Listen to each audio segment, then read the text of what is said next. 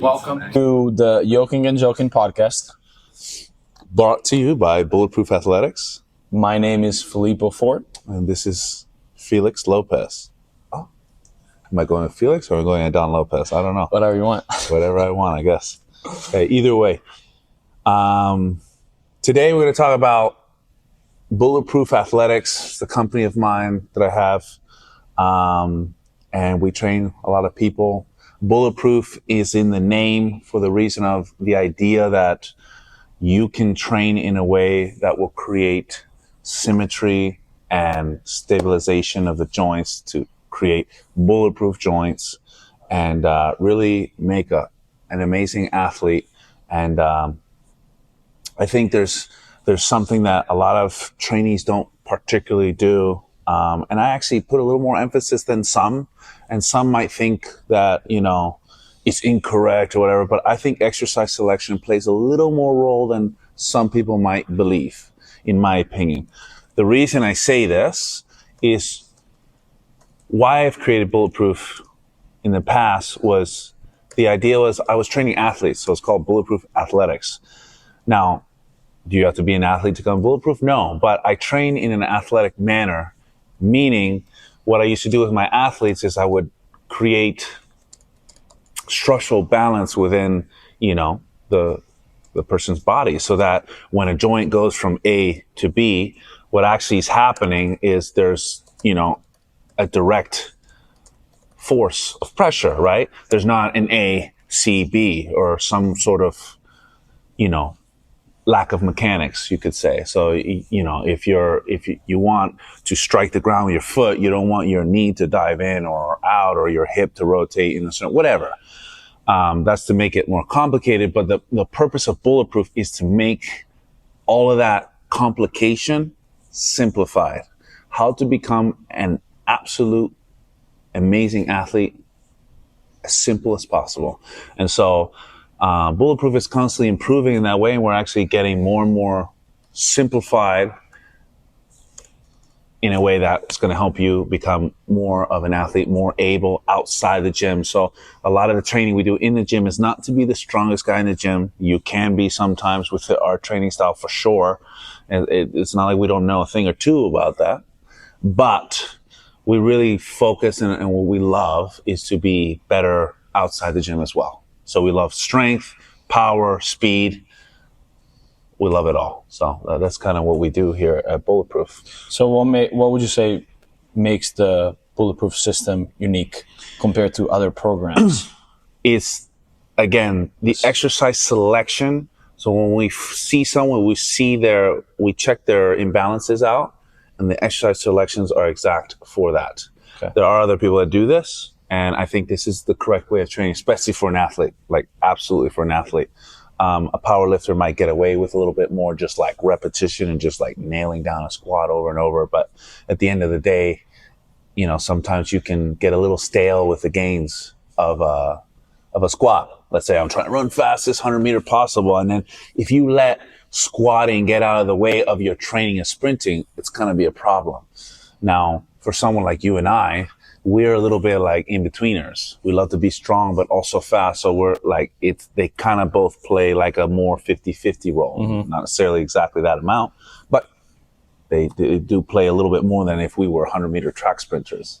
We would probably be training instead of 4 or 5 times a week. We'd probably be training like 3 times a week in the gym, and then maybe sprinting, 3 to 5 times. And then even, depending on the scheduling, you knock down, a couple sessions in the gym, depending if you have a track meet or whatever.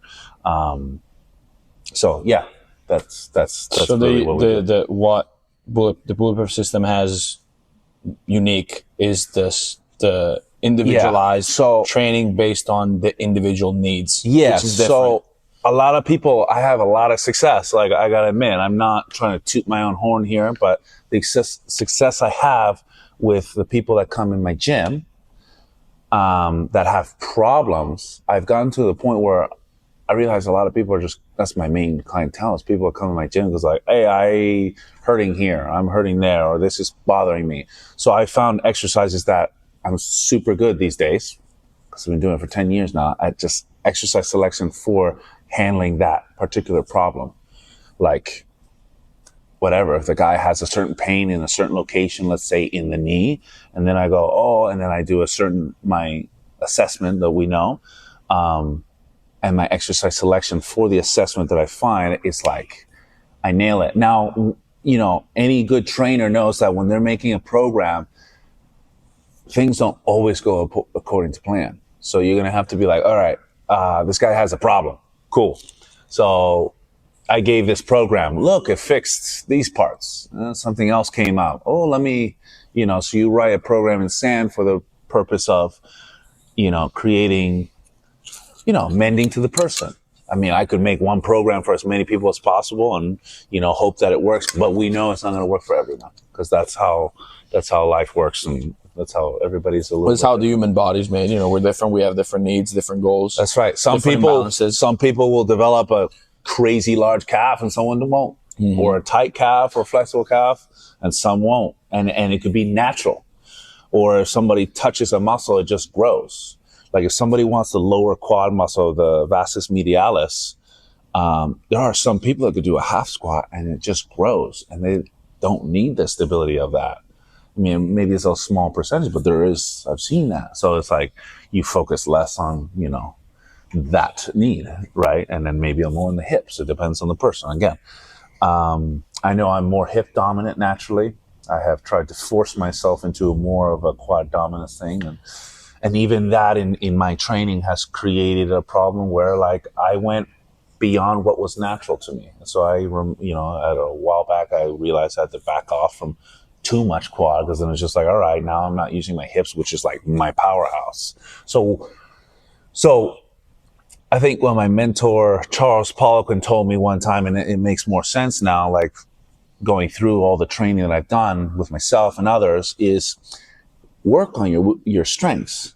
Keep the strengths there. You work on them. You double up on them, actually, but then by your weakness. So you have to work a little, hit a different angle, like really work at it, see how you can focus and force certain lagging parts to come up to somewhat of a par. It's never going to be, you could overdo it basically, but yeah, so that's kind of good timing. So, okay. What's a good, right. No, I think that's a good introduction to the Bulletproof systems. And I think the beauty of it is that it's applicable to everyone. That's the other thing, is a gradient scale for everyone. Mm-hmm. I don't care if you're a crazy track athlete or some crazy athlete or I get 70-year-old moms coming in here, or grandmas, and I have some of them say that you're the only person that I trust with my body, because I hurt myself with all these other people. You know what I mean? And that's gratifying for sure. And I love helping people. I think the only time I failed at helping people was either they didn't show up enough, or they didn't stay long enough, or but like handling problems also takes a little bit of grit, a little bit of push through. You're not going to it's not going to just happen like, oh, wow. Sometimes we get lucky. Oh, this was the one. Oh, it's good. It's gone. But anyway, so we know that it takes some grit. If you think about the way you've helped me fix my back. You're a perfect example. Like it took a lot of trial and error. What was it, like 8 years-ish? Yeah, something like that, right? And so even 2 months till you started back squatting solid, or maybe a month. Yeah, no, but it's funny because, like you just said, sometimes you have to push through, and you're not going to get it right away. That's right. And a lot of times you give me an exercise, and I'm like, I don't know. But then you're like, okay, you do it a few times, like, okay. But either way, you learn from it, even if it doesn't work, because it tells you which other way to go about it. Or you just see that you just needed to do it a few times. Sometimes you tell me you just got to push through it. Like, even for my shoulders, like a little, like, which doesn't mean pushing through the pain, obviously, because pain is an indicator that you may be doing something wrong. But sometimes you just have to go through that discomfort, nagging. For sure. Yes, 100%. There's always something there, but you have to read it. Sometimes one of the main reading aspects I see to that is like, okay, it feels uncomfortable. Fine. Is it getting worse? Okay, maybe it's not wrong. Especially if you feel like that's a weakness. If it's getting worse as you go, that's not right. There's something missing. So you have to find another exercise that might cut the corner so that you can bring it back in. See, a lot of exercise, any basic exercise that people say is wrong or bad or this, it's just not. There's no such thing. There's a bad movement. Squat, yeah, right. I mean, I'm sure there are bad movements. You can do something really retarded, but just say retarded. No, actually, you can do something really ridiculous, and like it's not gonna help you. No, but I have a question for you. Actually, Yeah. I think it's a very like a lot of people are talking about it now, and it's like the rounding the back. Mm-hmm. Like, is that safe? Some people say it's not. Some people say. So I think that even those people, it's interesting because I've heard people that are against the idea of rounding your back. Yeah. But they will still say there's no such thing as a bad movement. Yeah. So it's like, like, so to you, where's the line for you? That's right? a good point. So to me, I think I've gotten really good at choosing the exercises that take you further than others. I'll just say. So my exercise selection is what I pride myself a little bit. Like I go, okay, this is a lot less waste of a time than something else. Now there's a lot of people that exercise certain ways and I can look at it and I can admire it. At the same time, sometimes I go, well, did he really get better gains from that movement than this movement? And sometimes you have to ask yourself that question, like, well, probably not. Now, if the guy's willing to do all these crazy movements and, he puts a lot of love and care into his program and he does it aside on top of the basic things, then maybe, but, just also be careful of overtraining and overdoing things, right? So again, you have to ask yourself, could there be something that's a little bit more basic and to the point? I need to be to the point. Remember, simplicity, the closer you are to, the closer you are to truth, right? Yes. The more simplistic it gets. Yes. Okay. So, and vice versa. So if it's super complicated, there's a high chance. You're getting away from it. You're going away from the truth of getting the right, stimulus. Now, things become more complicated the more they complicated the past training that led them down a route where they're far away from correct mechanics. That's where you bring a little complication to bring it back in. And once you're back in the road, then it becomes more basic again. But that's the idea. You want that complication to bring them back to basics and then start simplifying. I think that's what I've gotten kind of good at here with at Bulletproof. But back to your point, the rounding the lower back, I think rounding the lower back, like people say, there's no bad movement. That's correct. Now, I will say in terms of physics, exactly. If you're rounding your back, I prefer being tipped over. So having your legs brought up. That's why I do 45-degree back extension. It was such a safe way of getting insanely strong and heavy on it.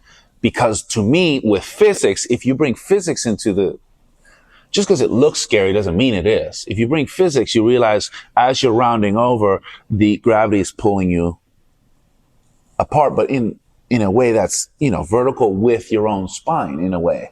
But there's a little maybe rounding at the top, but it's not like there's so much pressure pushing your spine that way. It's still pushing that way. So it's kind of pulling it apart. It gives you the nice relaxation, a little bit of traction, and it makes your back feel a little better. Of course, in order to get back up, you have to be able to compress it together just to start hinging at the hip in order to lift yourself up.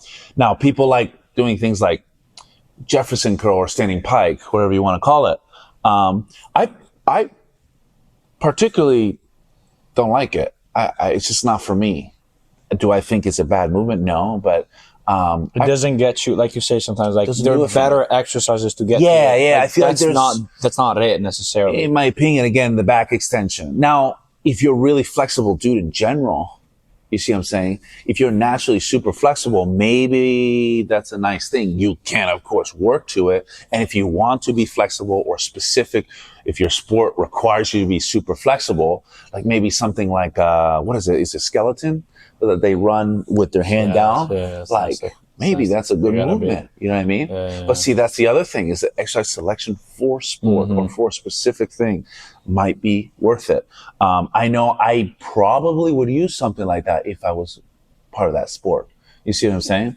Because I'm like, well, okay, I need to really pull myself so I feel like I'm able to be strong in those positions. So you would train in those positions only if you needed those movements to transfer to like a sport or something, or a skill. Otherwise it's not. Again, the Jefferson curl is not wrong per se, and I could see people doing it. Honestly, the more flexible they are, the better it gets on the spine. Now, if somebody's hips don't move at all, like completely, and they're trying to do a Jefferson curl like this, I mean, that's a lot of pressure just rounding. But if they move decently and now the round is like down here, okay, I mean, that's fine because it's starting to pull using gravity. So the more flexible you get, the safer the Jefferson curl becomes. And that's why I just use the back extension, because it just lifts over so that it creates that with gravity, feeling in your back, which is a great sensation. Even safer, technically, per physics, would be if you're on a 90 degree GHD. Your legs are parallel to the ground. I mean, gravity is absolutely pulling you down.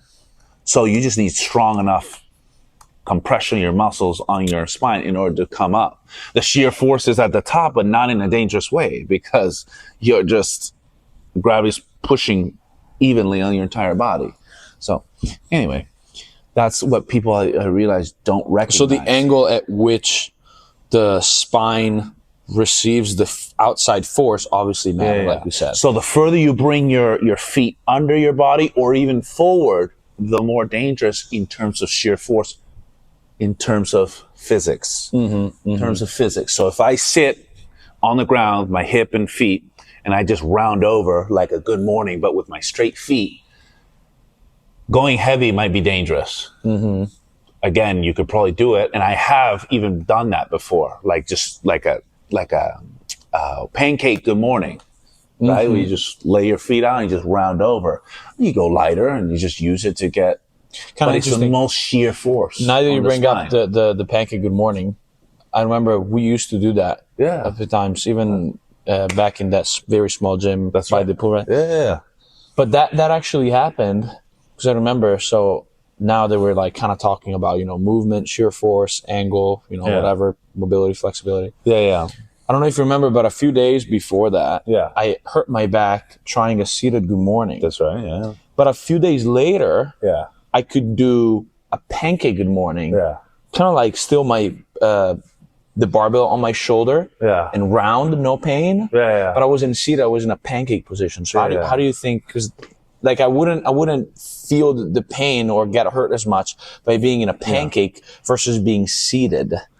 Yeah, that's interesting, because you're shortening the hamstring for sure, which might just put your pelvis in a different position. It could be the pelvis, because from sitting or sitting spread position versus like sitting just like that. But like if your back was hurt though, that's interesting. Yeah, like it could just be the load. Maybe actually it probably wasn't. It probably wasn't just a few days ago, because obviously whenever I used to like kind of tweak my back in the past, it would take me maybe a little longer than a few days. But I remember thinking, it was like, wow, like if I'm in a pancake position and I put a barbell on my shoulder, it doesn't feel as dangerous. Yeah, granted, you can't load it very heavy, to be real. Second, that's true. Second, your hamstrings are being pulled harder, which might change the pelvis position. And the weight was light. The difference, you know what I mean? Like right there. Lighter, So I used to do that too. I popped a hamstring doing that one time. Pretty good. Took me 2 weeks, but was uncomfortable for sure. And it kind of messed with my fascia. To this day, I could feel that there's something there in terms of my fascia.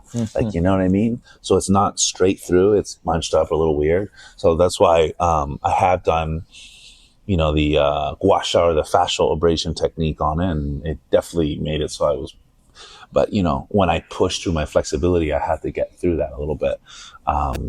I'm not particularly flexible, to be honest. I can be, maybe if I want to. I think we should talk about in the next segment a little bit of like mobility, flexibility, how that might PNF and things like that. So before we go there, did you want to finish something else? I was going to ask something. No, you're good.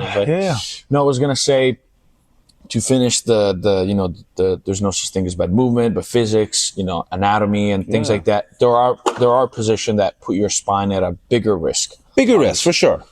Period. Right. A deadlift, for example. Yeah, it's more of a bigger risk. Why? Well, you're lifting against gravity, fine. You're at an angle, forward, tilted over the bar. And mind you, physics-wise, if you somehow don't keep the bar close is another aspect that some people don't, if it's a few inches away, can be all the difference between it touching against your shins. You know what I mean? So we all know that deadlift is one of those things is absolute form is completely necessary. If you're yanking off the ground, however, form is form at the end of the day. Now, I also think that from going to zero load to just full on load, deadlift, the purpose of calling that, is pretty intense if you don't know what you're doing, right? Because you're just middle position of your body, just all of a sudden loading with 500, 600, 700 pounds, right? Like that's pretty extreme. Especially if you utilize that range of motion too much. So if you never go deeper, you're not using a more depth in your deadlift, you know what I mean? You might not be that strong, really close to that area where you're deadlifting constantly. And that can create an imbalance of strength curve. And then like that quick load, you know what I mean? It could cause problems. Like I've seen people that are really crappy at lower, like a snatch podium deadlift. That's how I hurt my back. Was it snatch podium deadlift? Snatch podium deadlift with a rounded back. Oh, with a round, yeah. While doing super accumulation. Okay. Because I would do it every day. Oh, disgusting. Yeah. That makes sense. But like, again, deadlift is one of those things. You are using your back. But that's also the exercise. Why would anybody want? Yeah. Remember. Yeah, like with proper form. Yeah. So that's the thing. That's a major point for a lot of people. It's like because people are like, oh, the deadlift hurts people. Yeah. Well, the deadlift fixes people. Yeah. It's how trainers fix people. No, for sure. No doubt. But what I mean is, it's not the exercise. It's true. It's the form of the exercise. It's how it's implemented in the program. It's how all the other things, how like the accessory are included in the program. It's like, for example, if you haven't sprinted in years and you'll sprint at full speed, what's going to happen? You're probably going to rip something. You're going to rip some shit. Okay, let's be real. Okay, let's be real. Let's be real. You're going to rip some shit. Okay. Yeah. Best case scenario, you're going to be hurting, like you're going to be able to walk. Okay, so that's a good example. So it's crazy to think that someone's like, oh, sprinting's bad for you. Like, obviously not. Like we should be designed. In my opinion, humans, yeah. I hadn't sprinted in like 3 years, and we started recently. Like we had to obviously gradient now we can do a lot more. But like my body felt like shit doing it. It was like, man, I realize every human body should be able to sprint. If you can't sprint, you're probably that much closer to death, to be honest, like to some degree in terms of, living well anyways. A human body should be able to sprint. So I think they're designed for that. They're designed for that. I agree. Actually, jogging, I think, is way less designed. I'm sure there's studies that show that, but for sure. At the end of the day, I don't care that much about studies. I love studies for the idea of getting some data, but it could be wrong also. And I always know a study can be wrong. Experience is always greater than a study. And you can troll me if you want. I don't care. News with those guys. Oh, over there. There he is. Wow. There you go. Anyway. No, but I think it's interesting. No, but right. Like, so talking about exercise selection and how you implement it into a program, I think that matters, and how you combine it with all the other exercises that your body needs, because the snatch podium deadlift done with improper form hurt my back. Yeah. But 2 years later, you gave it to me. Yeah. We did it right with good form. And I was like, what did I do? I forced you against the wall so you can tilt. Exactly. You went completely like.